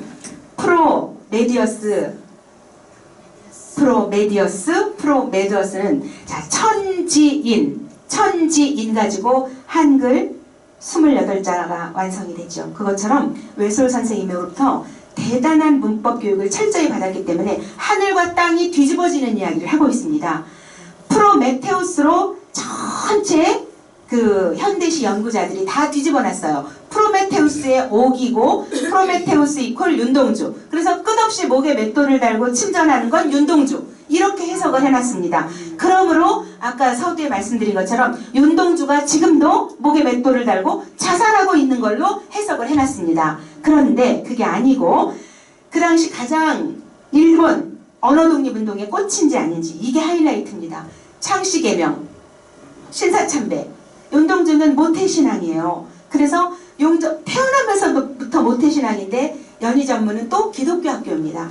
여기 왔더니 신사에 참배하라. 그 다음에 이름을 부모님 할아버지가 지어준 이름을 일본식으로 바꿔라. 그래서 윤동주 이름이 히로누마 도주로 바뀝니다.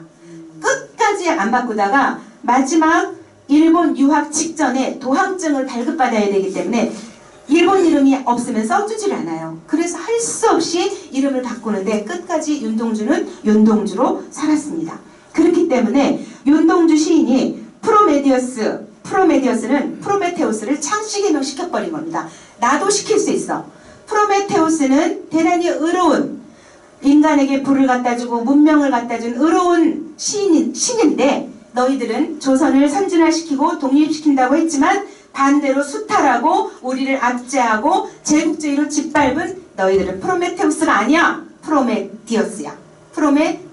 그리고 사탄이야. 마지막 프로메테우스로 한 것은 일본 제국주의를 추종하는 모든 사람들. 그랬기 때문에 단수 복수로 갔다는 그런 우리 교수님의 연구가 그러니까 2013년도부터 연구해가지고 뒤에 가면 더 드라마틱한 연구자 독립운동을 증명해 보이겠습니다. 일본의 모든 사람이 아니고 일본의 선량한 백성이 아니고 정치가가 아니고 군국주의로 동아시아를 장악하겠다는 그 제국주의 제국주의 추종자들. 추종자들을 징벌한 거예요. 네. 그래서 이렇게 정확하게 시로서 징벌을 하고 예언을 했습니다. 그래서 저희 언어독립운동의 깃발을 들고 연구자 독립운동을 주장하는 저희 교수님께서는 2013년도 3월 1일 날 3월 1일 무슨 날이죠? 아까 노래 불렀죠? 3.1절에 윤동주 간에 형상된 프로메드어스 연구. 프로메드어스지 프로메테우스 아니야. 이 한 글자, 이 6음절짜리 한 시어를 가지고 300쪽에 달하는 순수 연구서를 내십니다. 그것도 3.1절에. 그리고 두 번째, 못 알아들어요. 아직도 못 알아들으니까 이번에는 2년 뒤 2015년에 자 출간일이 언제입니까? 8.15 광복절. 윤동주가 그토록 갈망했던 8.15 광복절. 광복절에 출간을 하는데 제목이 인문수사학과 윤동주. 수사학입니다. 수사관 아시죠? 범인을 잡아서 거의 형을 주는 것까지 수사관의 역할이잖아요. 학술의 검찰이다. 그래서 프로메테우스라고 바꿔놓은 사람들, 오독한 사람들, 그 다음에 옥이라고 얘기했던 사람들, 그거에 따른 해석의 오류를 범한 모든 현대시 연구자들의 논문을 전수조사하십니다. 그래서 전수조사한 결과를 이 책에 다 넣어놓고 그리고 그분들을 향해서 제대로 된 윤동주의 프로메디어스는 일제임을 제대로 가르쳐주는 책이 바로 8.15 광복절에 나옵니다. 이래도 또 윤동주 프로메테우스 이퀄 윤동주가 안 바뀌어요. 학자들이 한국어를 안 해요. 네. 너는 전향된 연구자가 뭘 현대시를 해석하려고 그래. 그러나 저는 그 이전에 애국자고 44년에 태어난 열사죠, 열사. 학술 열사. 네, 학술 열사 맞죠. 세 번째, 이번에 세 번째는 제목이 재밌어요. 이렇게 학술적으로 쓰니까 못 알아들으면 윤동주는 시의 달수. 달수가 뭐야? 하고 한 번이라도 들춰보라고. 달수는 뭘까요? 달인 중에 고수.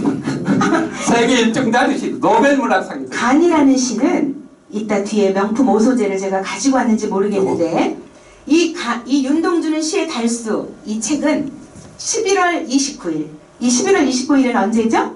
아까 간을 쓴 날짜 11월 20일에 서시를 쓰고 9일 후 11월 29일에는 간을 씁니다. 그래서 윤동주 시인에게 간 창작 너무 수고하셨습니다. 해서 간 창작일에 이 시 당신은 달인 중에도 고수이십니다. 라는 책을 출간해서 자, 발표했습니다. 한장 삽입 1부만. 제가 이렇게 치밀하게 연구하는 연구자입니다.